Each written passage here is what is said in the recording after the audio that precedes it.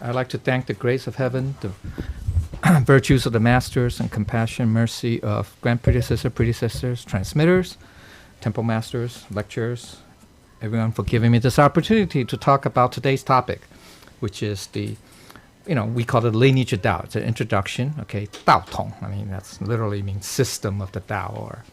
Anyway, okay, and within it, there's a golden thread, okay, which was talked about last week's class, right? Okay, so, or you can say the lineage of Dao contains, or within it, there's a golden thread, okay? All right, so background. Okay, so what is this lineage of the Dao, right? We tend to think of it as, okay, it could be a religion or a philosophy, a set of teachings. Because, you say like from the, founding of Christianity, for example, okay, so there's a lineage, right? You can say there's a heritage, right? History, you can say, from Jesus, all the way to, to the Pope and to now. So, actually this, when you want to talk about this lineage of the Tao, it's really grander than that. It's more than just a direct. I mean, it's more than just a continuation or a series or a sequence, if you will, of individuals or teachings, etc. Because when you really think about it, this lineage of Tao actually is encompasses. You can say it's heaven's will. Another on the broadest level, highest level, you can say it's God's, heaven's will, plan, will, master plan, whatever. Okay, so at the highest level, okay, and it's so therefore it goes beyond, we call religions, religious teachings, traditions, or history. Okay, so it's really okay at the highest level. Another way of saying, you can say it's heaven's mandate. You can say that. I mean, you can, at the grandest level. So you can, that's God's will, heaven's mandate, right? That's God's will. Okay. Now there are, then from that grand level, God's will, you can say heaven's mandate. Then we can further specify. Okay, part of that heaven's mandate or God's will is that there will be a sequence or a lineage of enlightened masters, for example, right? That's more specific, right? So in this case, even though we're talking about God's will, but we're taking one, an aspect of that, a part of that, which is we talk about the lineage of the Tao. Okay, all right. So just understand. So there's a grand high level, and then a little bit more specific. Okay, all right. So it's it's this, right? I say will of heaven, right? Mandate of heaven. It's also a part of that is the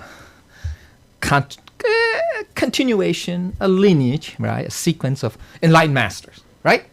At the, in this case, it's the patriarchs, okay? It's the patriarchs who have the mandate or authority, right? To what? Spread the teaching.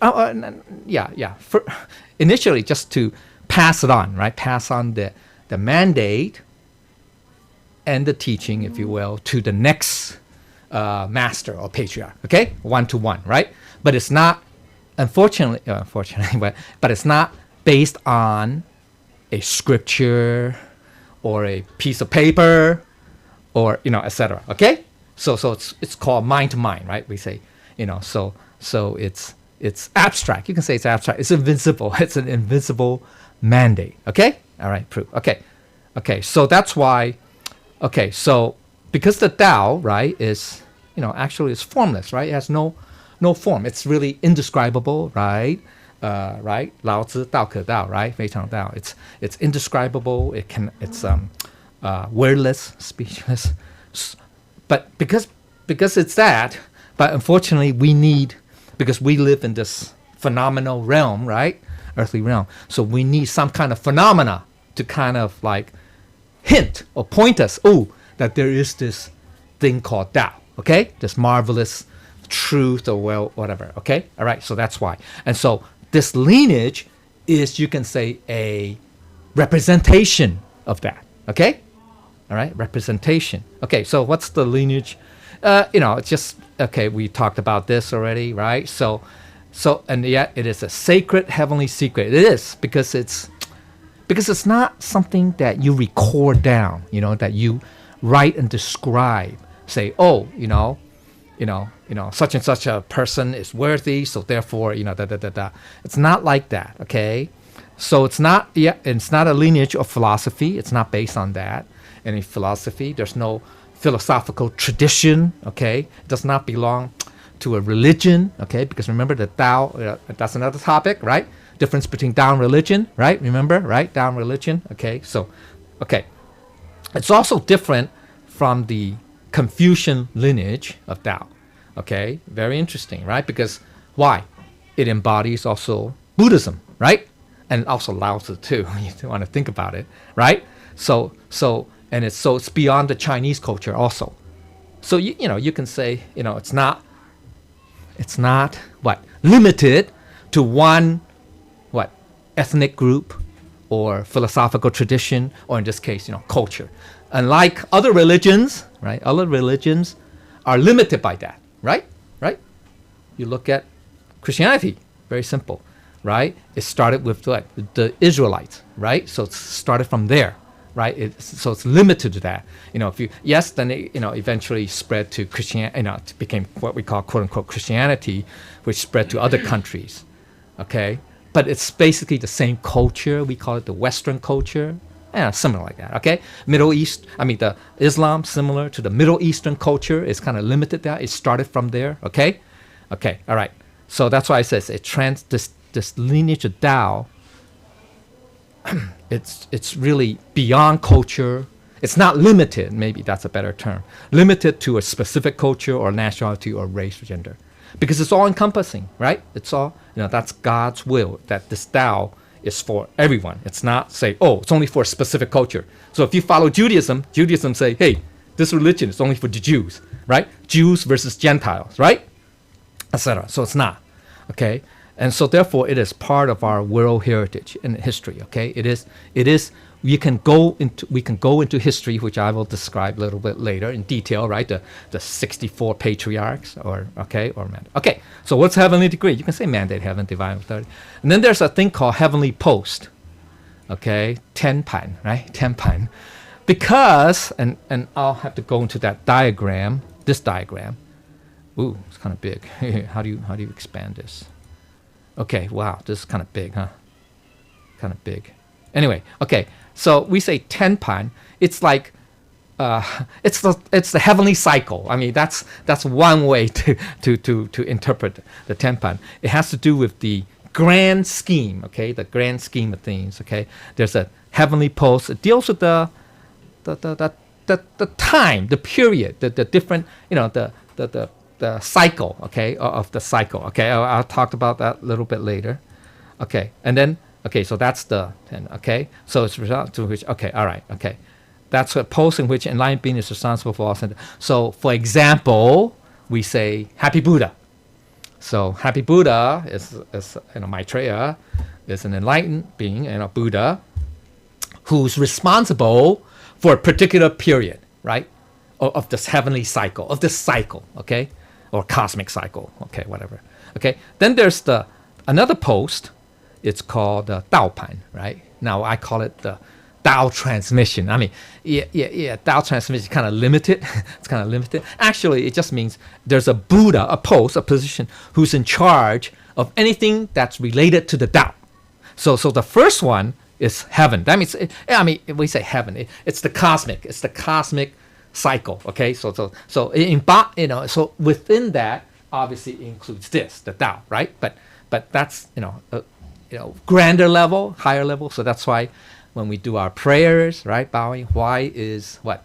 The third person. I mean, the third person. I don't say person. I don't say God is a person. But the third bow. I mean, third level. Third sequence. Maybe that's a better term. It's what? 弥勒祖师五叩首, right? First is God, then all the Buddhas and saints, and then so that means that's very grand level, very high level. And then comes who?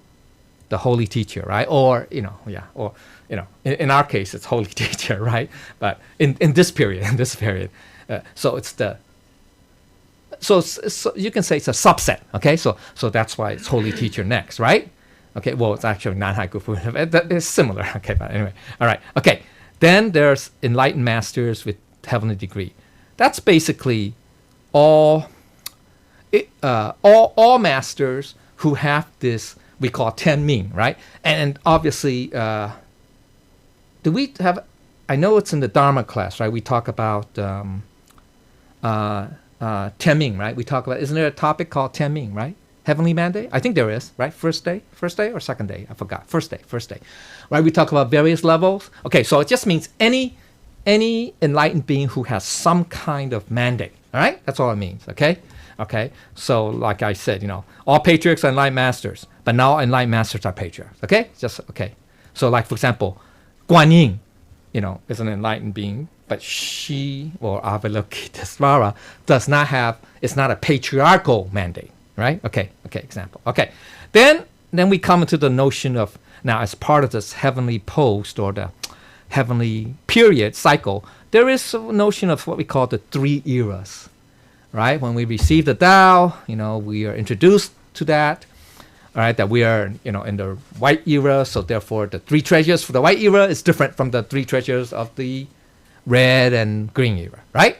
Okay, period. So it's roughly about 5,000 years if you add it all up, okay, which I will talk about in here, which is roughly, it starts from midway between the 12 o'clock and 1 o'clock position, midway, okay?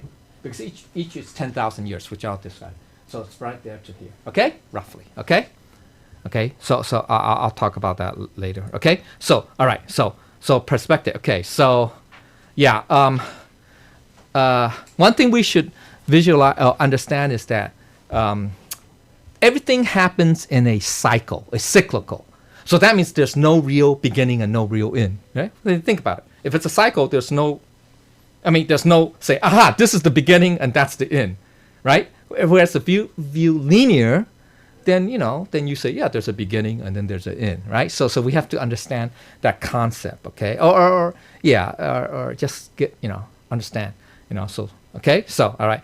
And then now we talk about Yuan Hui, right? Yuan Hui, which we call Yuan Hui. It's literally, it's a cycle. It's a cycle of time. Hui could mean a time. It could mean assembly. It could mean time, okay? So it's a cycle of time. Okay, yuan, means sphere, but it's cycle of time. Okay, anyway, all right. So the cycle of time is, if you look at our calendar or the way we record time, right? It's 12 hours 24 hours in a day, but there's 12 hours a day, 12 hours a night, right? The dual, and then there's 30 days in a month, 12 months in a year, 30 years in a si. That means generation. You can say si means generation, right? Si. And then 12 generations in a yun, and 30 yun. Yun is like a dynasty. I don't say dynasty. You can say like it's a dynasty, okay?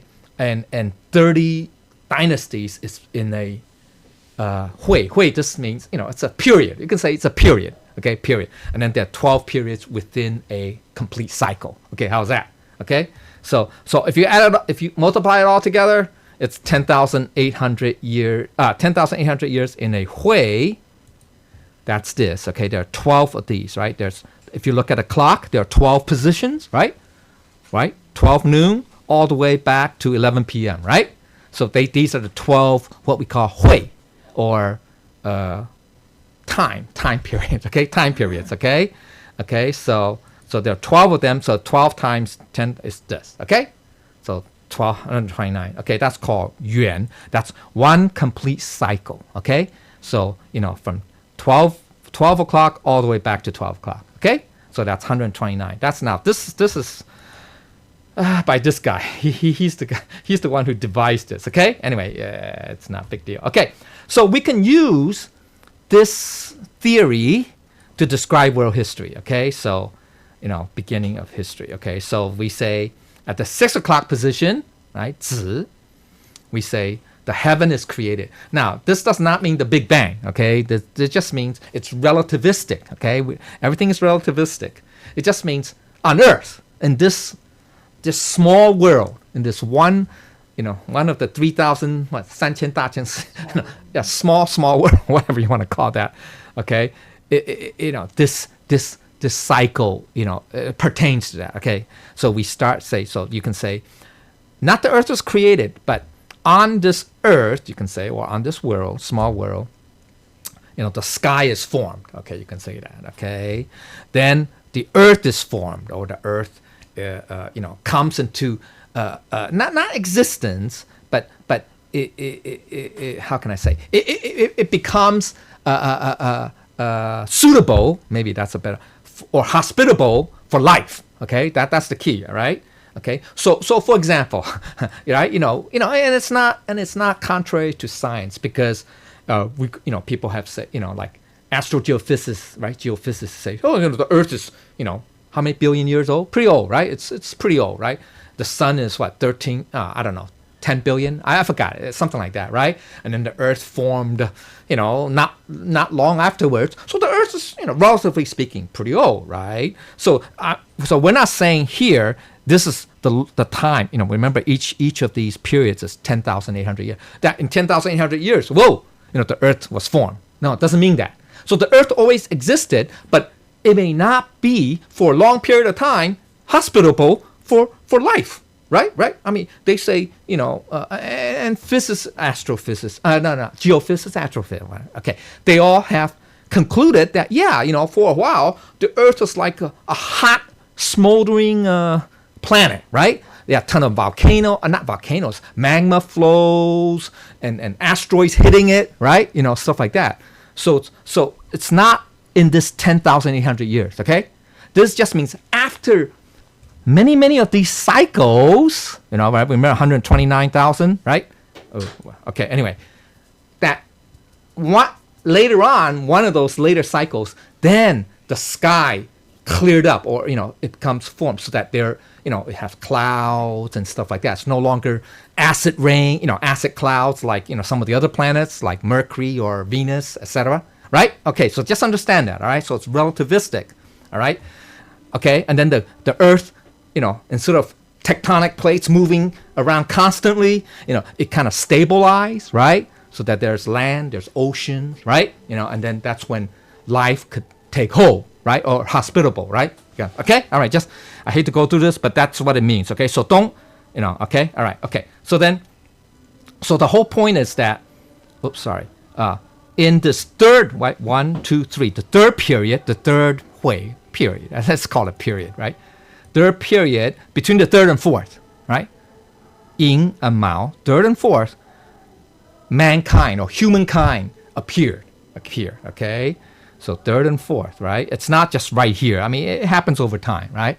Okay, that's why. Okay, human. Okay, so human beings started, okay, in third, and then now where we are is, okay, so right here between the 8 o'clock and 9 o'clock position, right? So if you count six from there, right, it would be here and the opposite, right? Here and here is the opposite, right?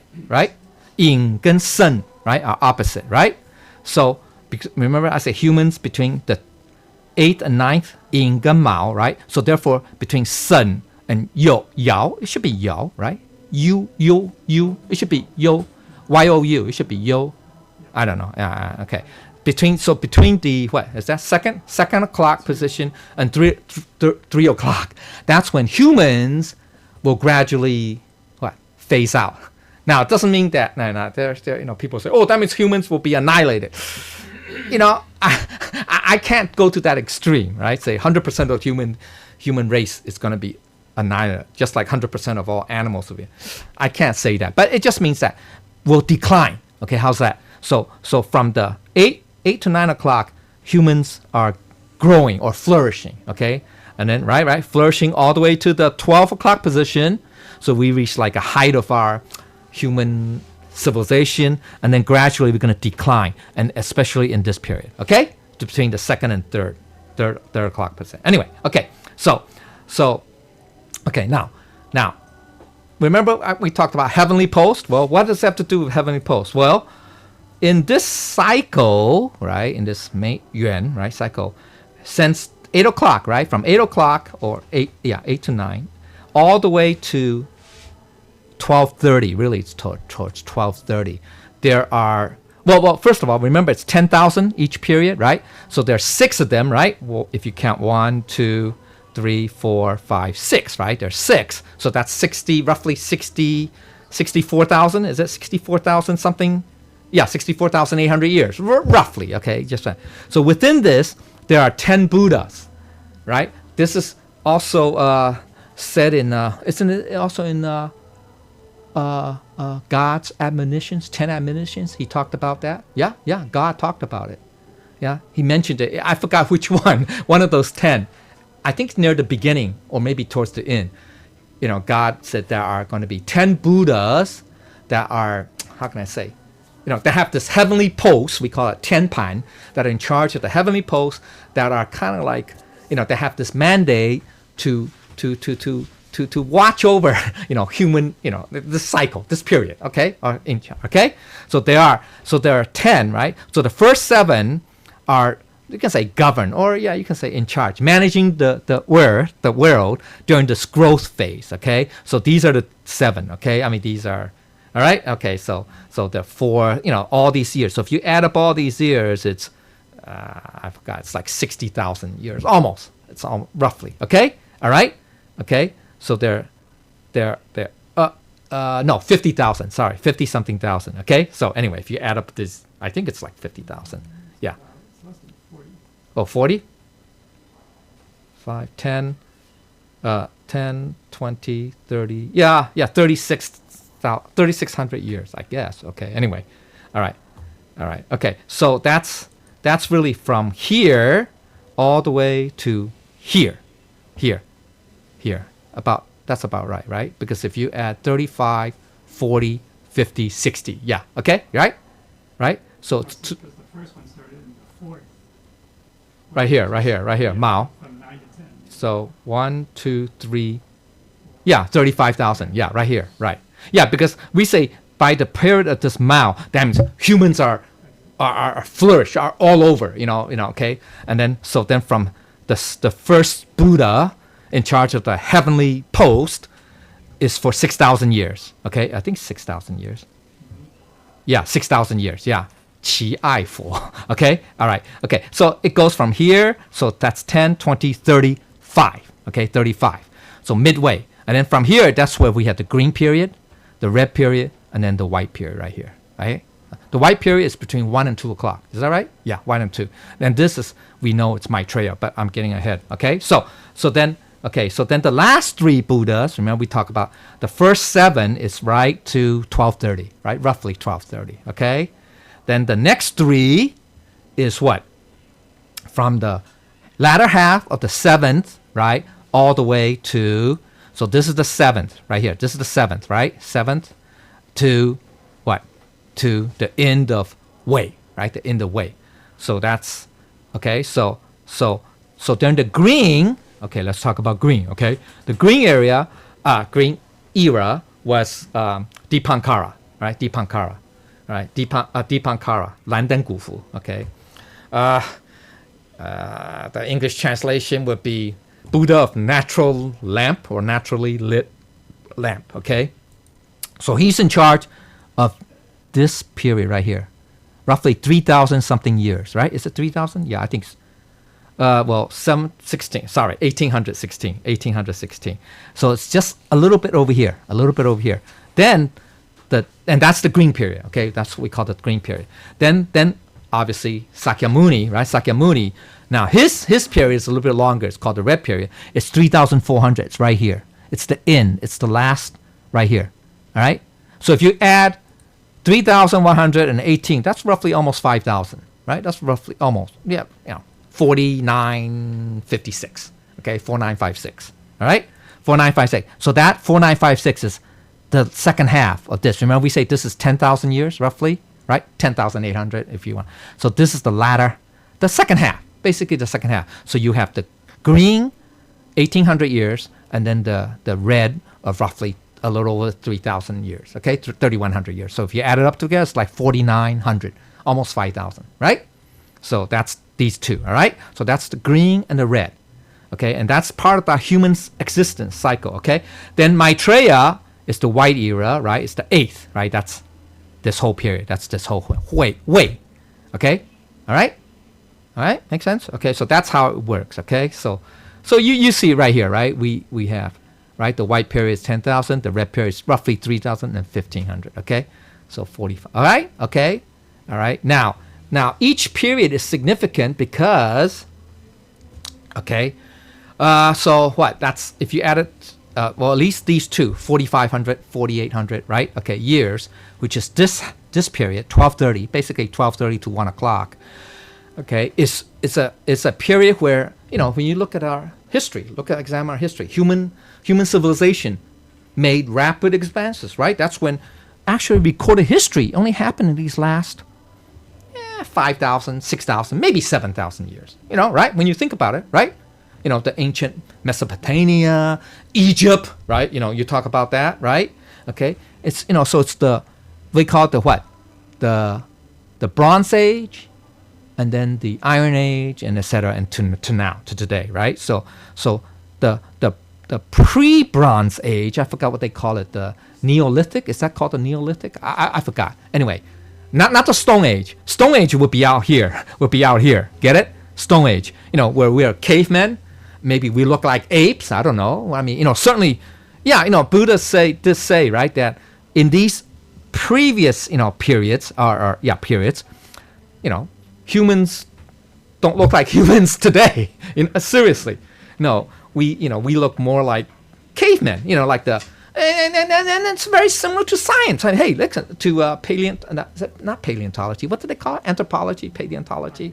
Yeah, archaeology. Say, you know, discover ancient humans. Right? We have Lucy. Well, Lucy goes way back, but no, let's just don't go back that far. But you know, Neolithic age. You know, caveman drawings. Right? You know, we see cavemen, right? You know, in Europe, in France, in other parts of Europe, and also in Asia. I think it's in Indonesia or in Philippines. They have cave drawings of you know, of these, and China too, of ancient, you know, humans, quote unquote, you know, humans, and you know, they dug up their bones, right? They have skeletons, and they say, hey, they look like ape. I mean, they're more similar to animal, you know, the apes, you know, than the human. You know why?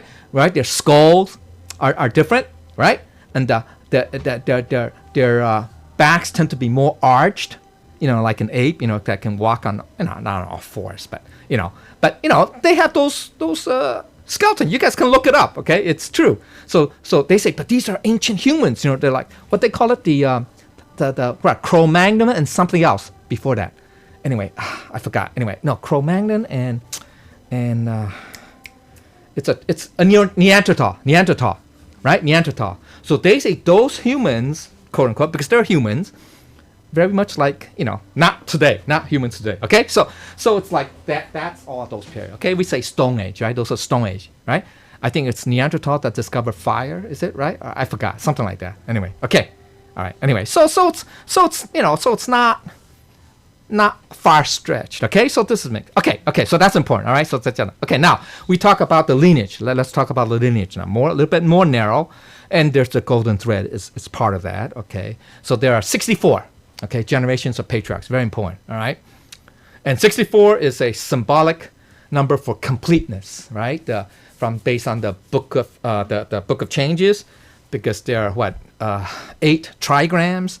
And if you do the combination, maximum combination is 64. It's 2 to the third power times 2 to the third power, something like that. When I say 8 times 8? Yeah. Okay, anyway. Okay.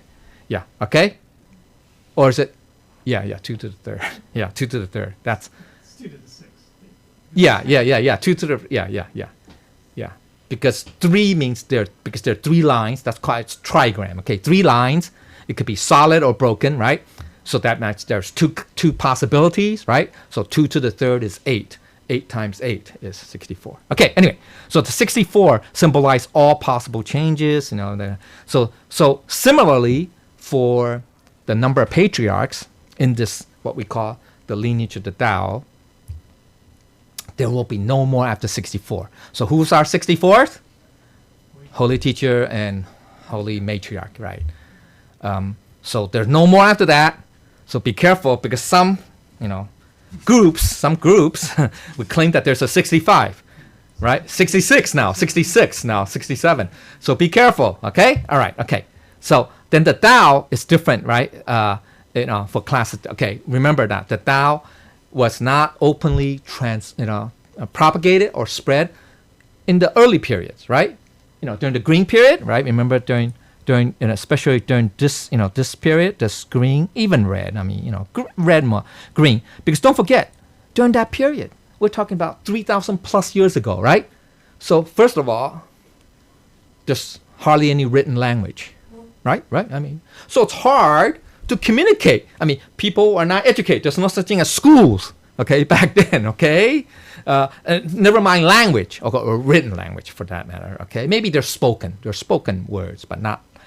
So it's very difficult to describe the Tao, right? I mean, how do you pass on this knowledge or this information, if you will? It's very difficult. So that's why during the Green period, it's the Tao. We say the Tao resides within you can say, the leaders. We say kings, sage kings, okay? Sage kings, okay? Why? Because sage kings tend to be what? Better educated, if you will. Actually, I wouldn't say better educated, more wisdom, right? They are, quote unquote, they're very close to being enlightened, as a matter of fact, most of them. And that's how they're able to lead, to guide their respective, now those days are tribes or clans or, ethnic groups, right? Okay? All right? Because back then, the notion of country is still not firm yet. Okay? Anyway, so that's why, if we look, I'll go into more detail. The mandate, you can say the mandate of the Tao, resides with, if you look at the first 16, 18, it's literally all kings, sage kings. 13? Yeah, something like that. Yeah, 12, 13. No, 12, 13. Yeah. Jiang Taikong. Yeah. After Jiang Taikong. Yeah, that's the 12. He's the 12. Yeah, 12. Okay. 13, I think, is Lao Tzu. Right. Okay. Anyway, so okay, and so back then there are no real philosophers or teachers during that period. There's no such thing. There's no such thing. There are no philosophers. So if you go back in history, there's no such thing, because you have to have a written language, right, to record. Here's the philosophy of blah blah blah, right? Okay, so now also during that period, we call the Green period, there are nine categories of worldwide catastrophes, mainly in the form of water, destruction by water. That's the most destructive. So if you want evidence, you go to the Bible, for example. Actually, it's more than the Bible. If you go to Mesopotamia too, they mentioned it. In India and China, yes, they all mentioned it. The Noah's Great Flood, right? That all happened in the roughly 3,000 something years ago, 4,000 years ago, roughly, right? If you read the Old Testament, right, all that stuff. And same thing with I think it's is that the Epic of Gilgamesh? Now, I forgot. It's one of the Eastern. As a matter of fact, they say the story of Noah's Ark was borrowed from this Middle Eastern. You know that? Yeah. It's not called Epic. I don't know if it's called Epic of Gilgamesh, something like that. Anyway, okay. And the Hindus also have that story too of great floods, or China also. Yu will be an example. Okay. Now, okay. Then the Red period came after that, right? And the Red period is roughly right here. Remember we talked about 3,000 years, so it started from roughly 1,500 BC, right? Roughly 1,500 BC. I'm because that's a round number too. So now that's when civilization kind of development, advancement reached its zenith, right? That would be when you have languages, right? Recorded languages. So the ancient, Mesopotamia, what did they call that? Cuneiform. Yeah, they recorded on clay tablets. That time there was no paper, right? Okay. The ancient Egyptians recorded their history on papyrus, right, etc. And the Hindus recorded on, I think, clay tablets too. Anyway, it doesn't matter. Okay, not the Hindu, but the Indian subcontinent. Okay, and China does too. They put it on their bone oracles, right? And also shells of tortoises, etc. Okay, all right. So now that's when, once you have language, right, and civilization, cities, agriculture and all that stuff, that's when we have what we call religions and philosophies started flourishing, okay, coming, and that's why then the lineage, the mandate is transferred from the sage kings to teachers, philosophers, religious leaders. So we have, well, Confucius is not, if you want to be strict, it's not really a religion, but today, we say it is, okay, and obviously Buddha, right? Okay, all right. So therefore, we have all these, right? Jesus, okay, even though they're not patriarchs, but they still are enlightened beings, right? Jesus, Muhammad, etc. So, and then there's no more sage kings, right? It's all, enlightened kings. It's all actually, there are kings and emperors, but it's all by hereditary, based on hereditary. So no longer based on merit or virtue, etc. Okay, and then during that red period, they would call 18 worldwide categories. Categories, not doesn't mean that they're just 18 catastrophes, but 18 categories of catastrophes, mainly in the form of fire, which is war. Because why? Human civilization is very advanced now. So we know how to develop weapons, chariots. Chariots started. Were invented at that time. War chariots. Chariots. Use of fire. To kill, etc. To destroy. Okay, so that all started. All right. Okay, so in that 3,000 years, don't forget this includes World War II. All right, this period, this red period. Okay, World War One, definitely World War One, Okay, because 1930 technically is the beginning of actually it's still transition. We say it's the beginning of the white era, but there's always overlap. Okay, anyway, all right. So all major war. Okay, so now after 1930, it's been roughly almost 90 something years, 80 something years, right? 87 years, 89 years, almost 90 years since then. Okay, we're now what we call entering the white era, right? Or transitioning to the white era, almost the full white. Now, what's important is that, I don't have time. Okay, the white era is that now the Dao is no longer just confined. The mandate. Now we're talking about mandate. Okay, it's no longer confined to just philosophers and religious leaders. It's anybody, right? So if you look at, which I'll go into detail, right? 17, 16. Actually, it really started after sixth patriarch Huineng, right? The mandate is was transferred to what we call ordinary people. Okay, all right. So that's ordinary people. Okay, so Confucianism talks about what? Social interaction, right? Social responsibility, duties, interactions, and so that's why we say the lineage, the mandate is passed on from the religious leaders, i.e., like say Buddhism, right? Now to what? Confucianists, right? Confucianists. Okay, all right. So so if you look at Patriarch Lu, all these, okay, all right, they're all follow the Confucianists, okay, okay, or have a Confucius tradition, okay, all right. And in this period, in this what we call the white era, we have 81 major catastrophes, okay, the last in the form of cosmic wind or destruction by wind. So there's wind, fire, and water, okay, all right, okay. All right, let's go. Okay, so there are three. Okay, now we're going to detail. There are 18 generations of patriarch in the East, which was in China. 20. The next 28 is in India, and then the last 18 is in China. So we go to the first one. It's Fuxi, right? Roughly this time. Now, if you, I don't want to spend too much detail, but we talked about the 3 sovereigns and 5 emperors, which is the first 8. Okay, from Fuxi all the way to Di Sun, right? Okay, right? Sun, we know Sun, right? He's very famous, right? For being filial, right? So these first 8, we have a separate, you guys can look it up, right? It's 6 pages long of outline, okay, that deals in detail. Okay, so I don't need to go into detail, but we know Fuxi by the way, he was the one who discovered using the trigrams. So he was an enlightened, enlightened being, and he became a leader of you can say the Chinese tribe in near the Yellow River area or whatever. Okay, a while back. Okay, and that, don't forget, those days there's no written language yet, right? Okay, so he was able to observe heaven and earth, and he realized, oh, there's a Tao.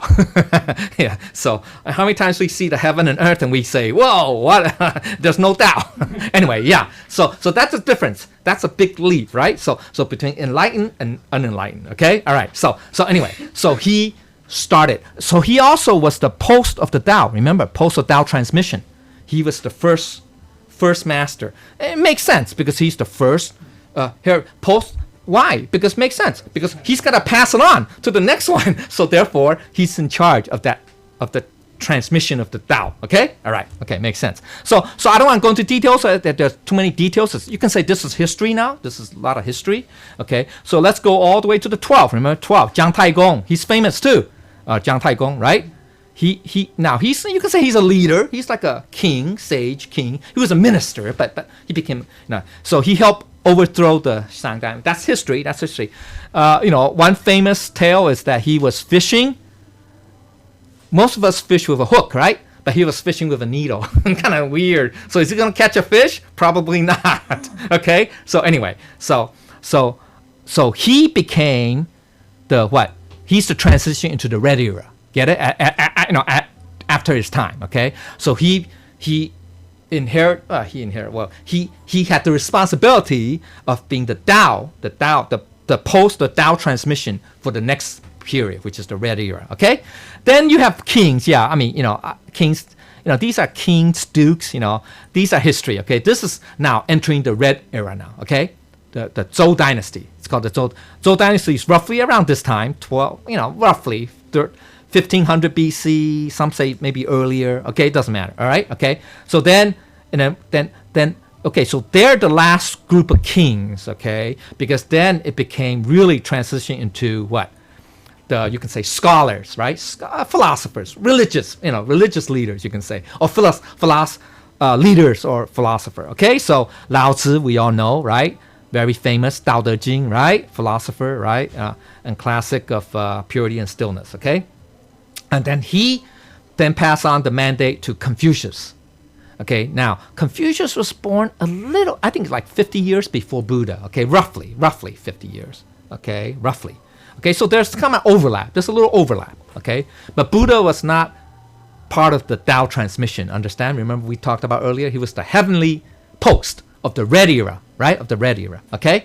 So anyway, we all know these are historical, right? Confucius then passed on the mandate to Yan Hui. You know that, right? He did pass on, but he passed away, unfortunately, when he was like 30s. Okay, then he passed on to Zhenzi, right? The author of Great Learning. Okay, then Zhenzi passed on to the grandson of Confucius, right? Who is the author of Doctrine of the Ming, etc., and then Zisi passed on to his disciple Mencius. Okay, so that's the 18th. Remember the first 18 patriarchs are in China, right?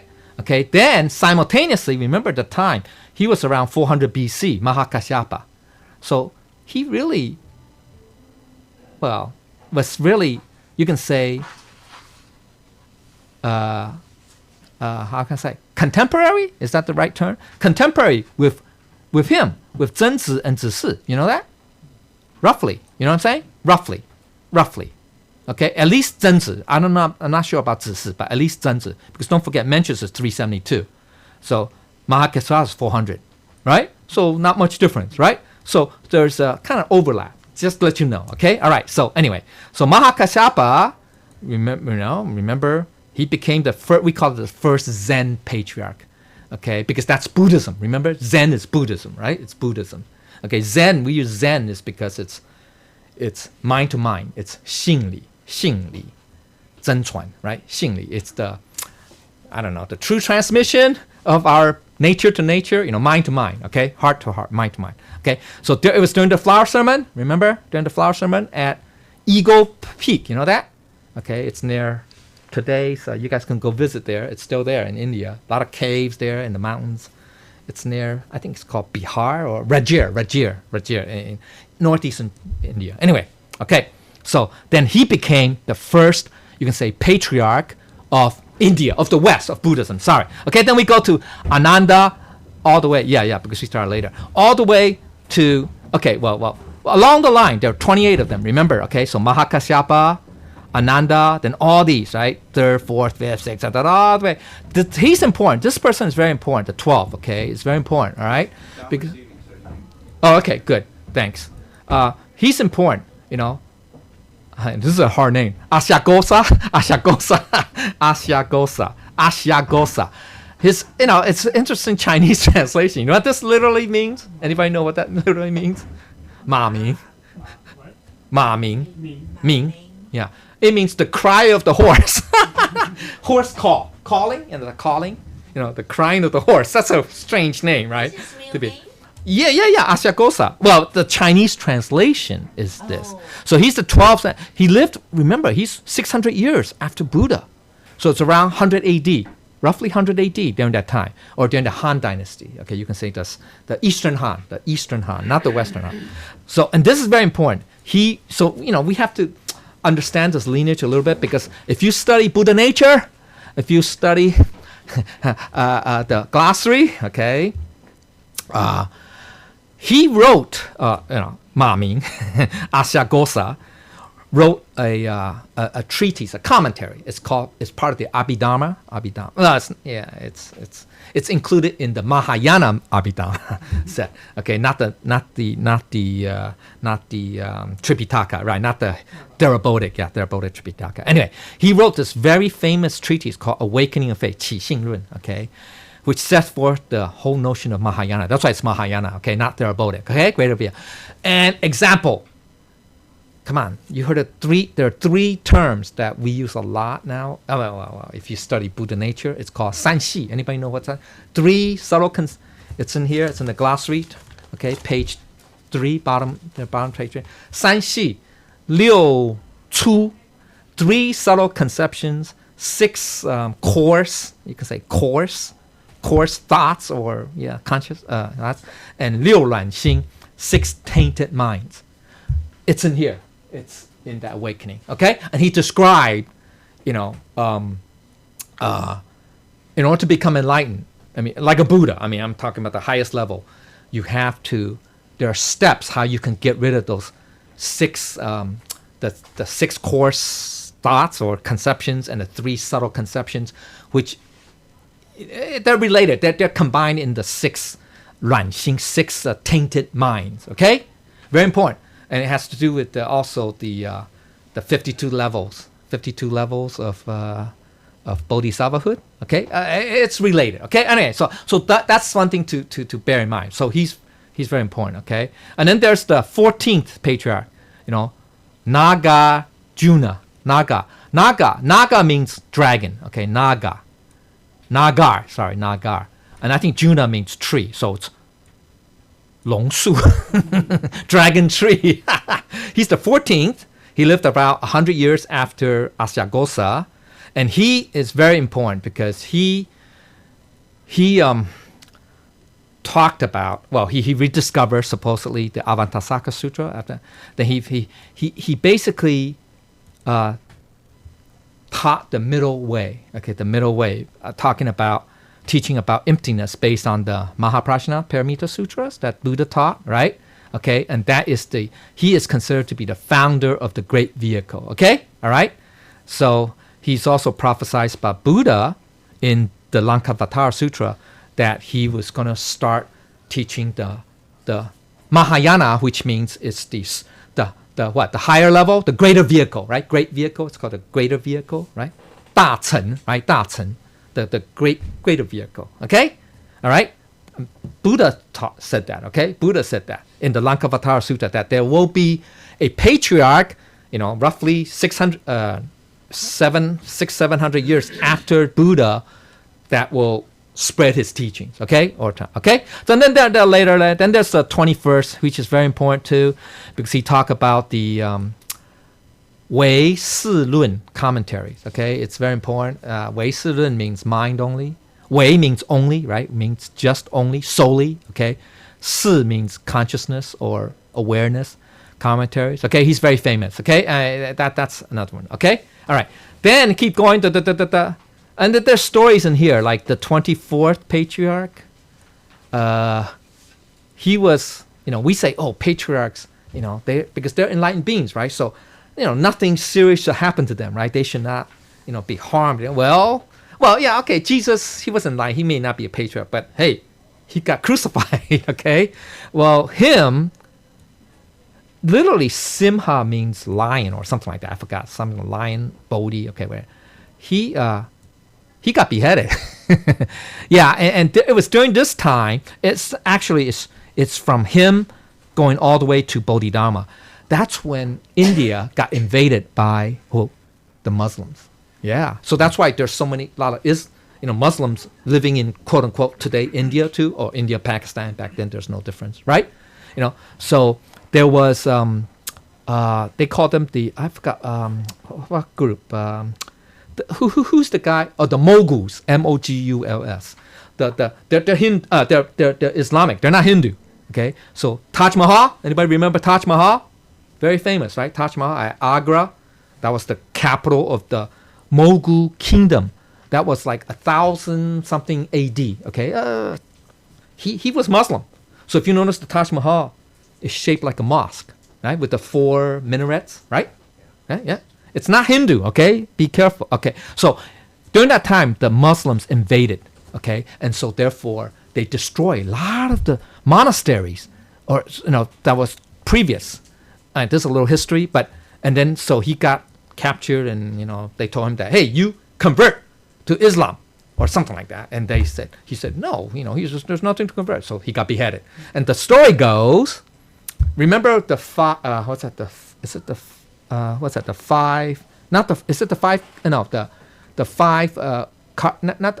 5 cardinal sins? Uni, right? One of them is shedding the blood of an enlightened being, right?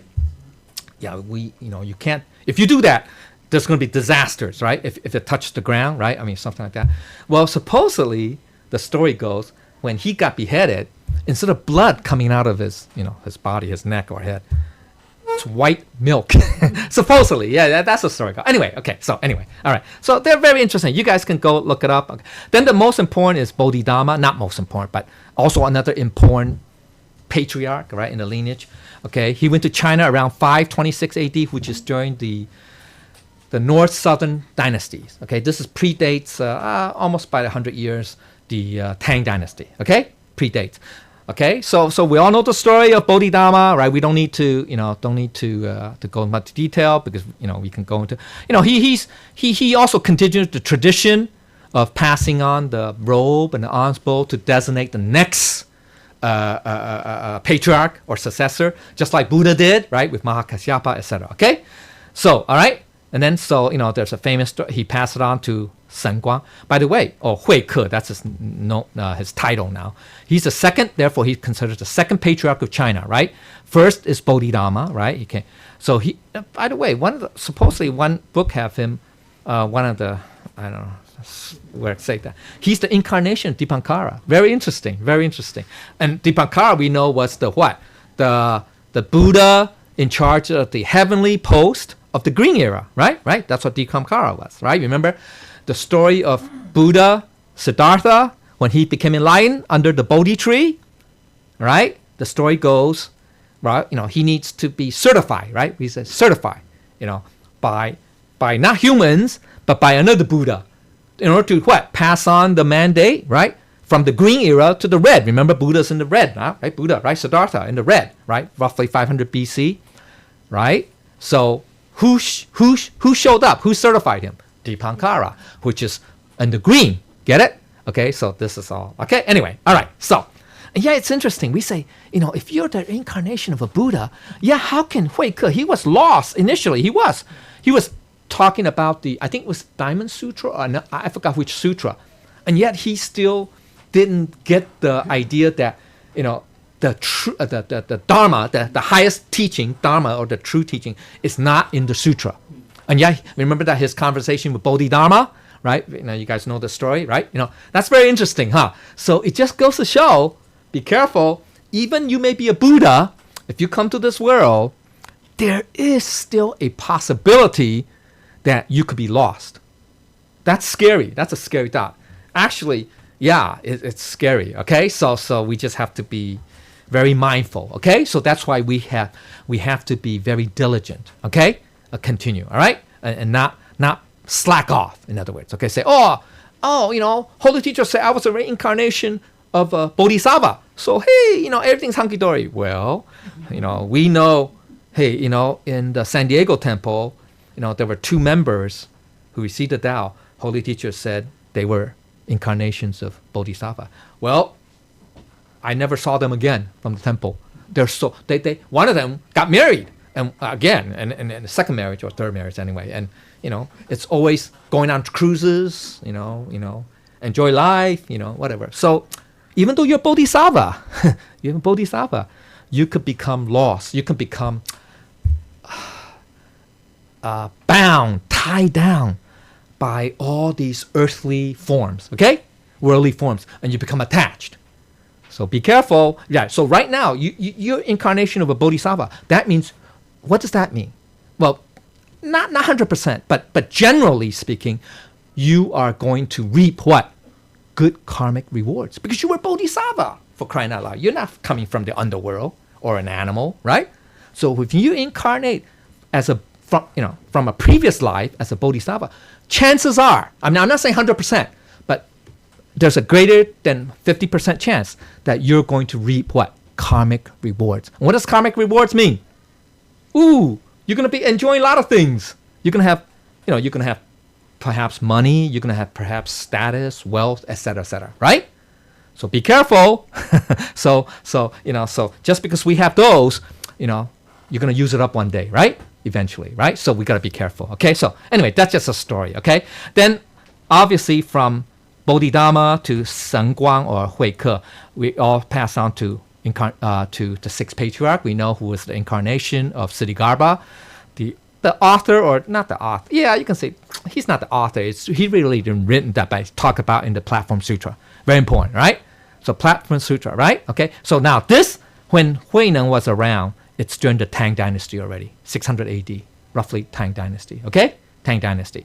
Okay, then it goes on all the way. But then remember, after him, there's no longer the tradition of the robe and bow. Okay, so therefore he was instructed by the Hongren, 5th Emperor of China, to discontinue that practice and pass on to a person, the next patriarch after the 6th patriarch, Huineng, 5th patriarch instructed him to pass it on to a person outside of the Buddhist tradition. You know that, right? That's what it said. Okay, so therefore, from here on, from the 7th on, it's all to, you can say, ordinary humans outside of the religious tradition. Okay, so outside Buddhism.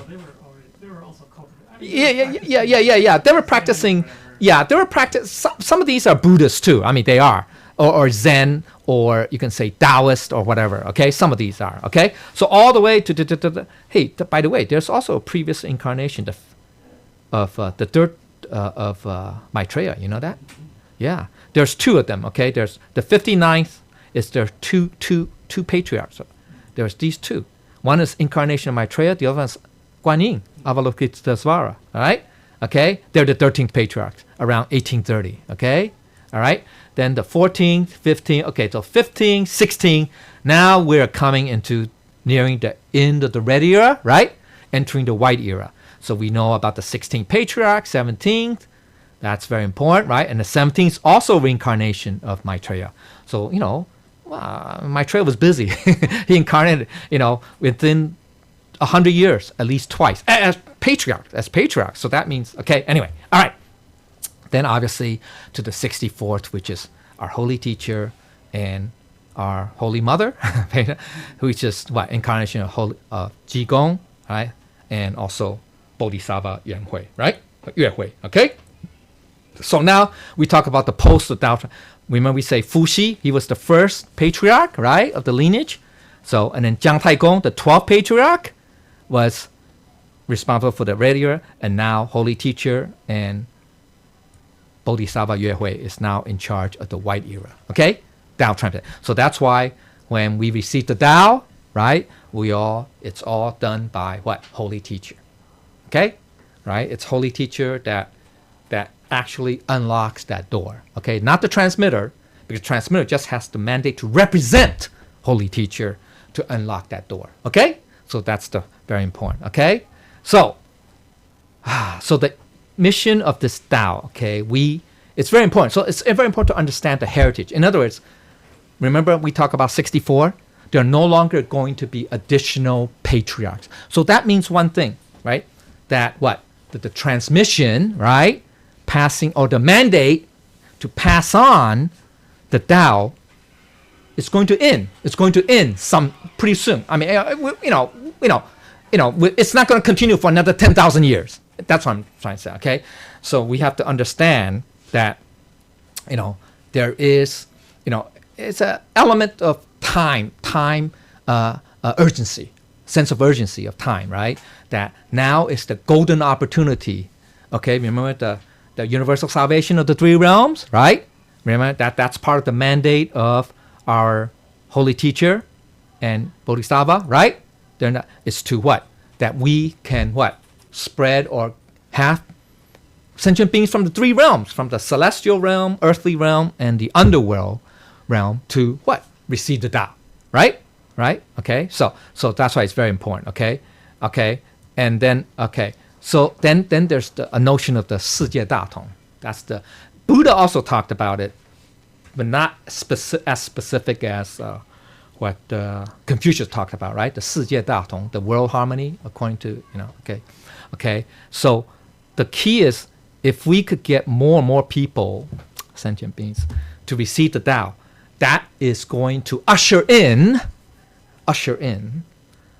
a period. There's going to be a period in the world, in the world where there will, like we can say, world harmony.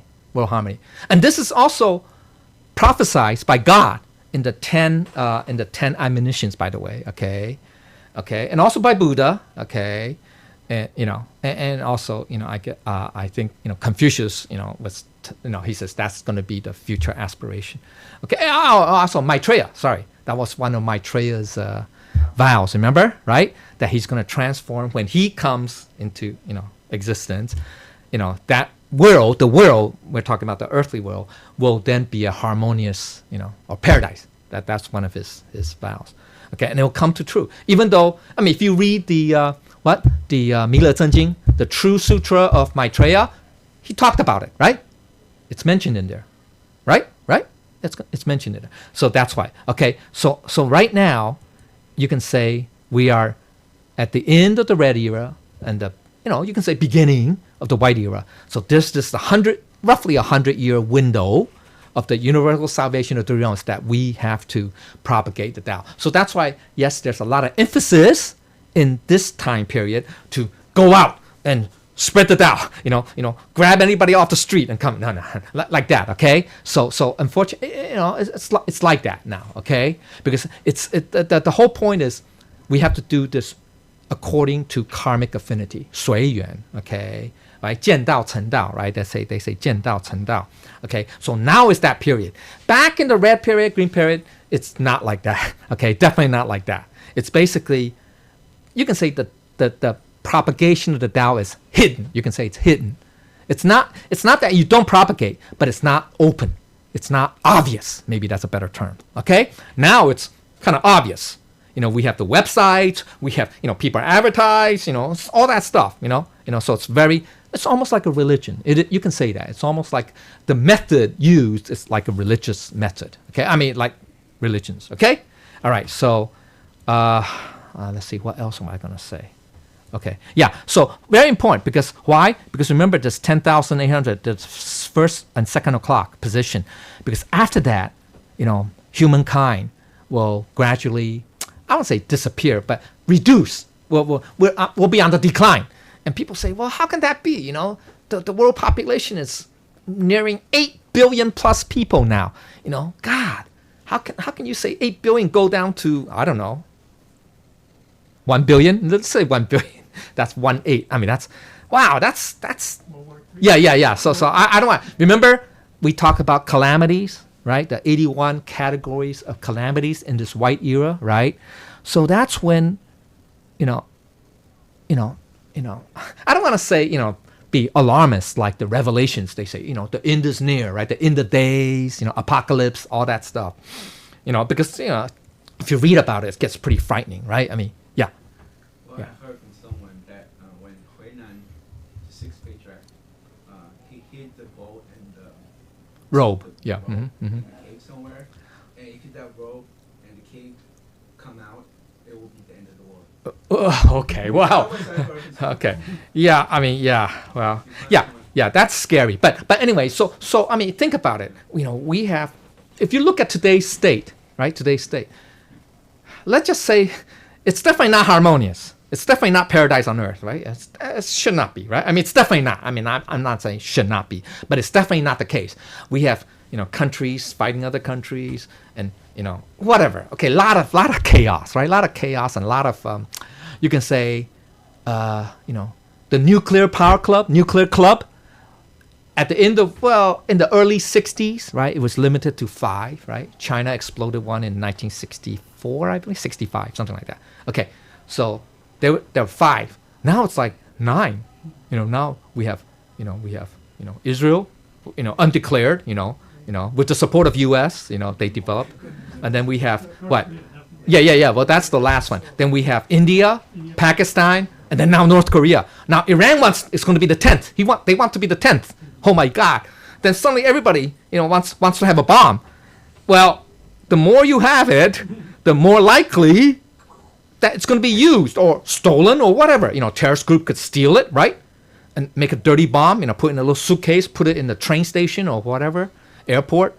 So it's scary, right? That I mean, now we are, of course, I don't want to be alarmist, but so there is a likelihood or possibility, maybe that's not a better term, that things could happen, catastrophes could happen. And remember the last destruction, right? According to, now this is based on also Buddhist scriptures, sutras, okay? It's what? Destruction by wind, right? Cosmic wind, right? So what's cosmic wind? Radiation, gamma rays, X-rays, gamma rays. And what's gamma rays and X-rays produced by? Nuclear explosion. No, the sun. The sun produces a ton of gamma rays. You know that, right? We don't feel it here because we have the, what do you call that? The Earth's magnetosphere. Is that what I call it? Yeah, the Allen belt. Yeah, that's what it blocks out. Seriously. That's why. Why do you think astronauts, when they go to space, right? When they go to the space station, right? The space station is shielded. Has shielding.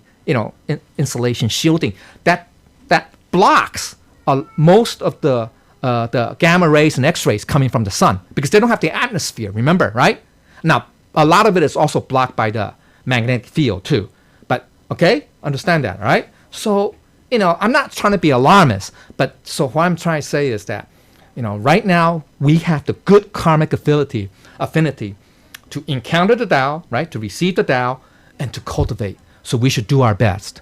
Do not wait till, when I retire, when I turn out grown up. Well, that might be too late. Now, I'm not going to say that, just because you're a student, you should devote full time. No, but unfortunately, it's not easy. It's like, balance. It's like juggling act, okay? So, you do your best as a student, but you also should try to learn. Okay, all right. I spoke a lot. I like to thank the Buddhas, and if I said anything wrong, I ask for the Buddha's forgiveness. Thank you.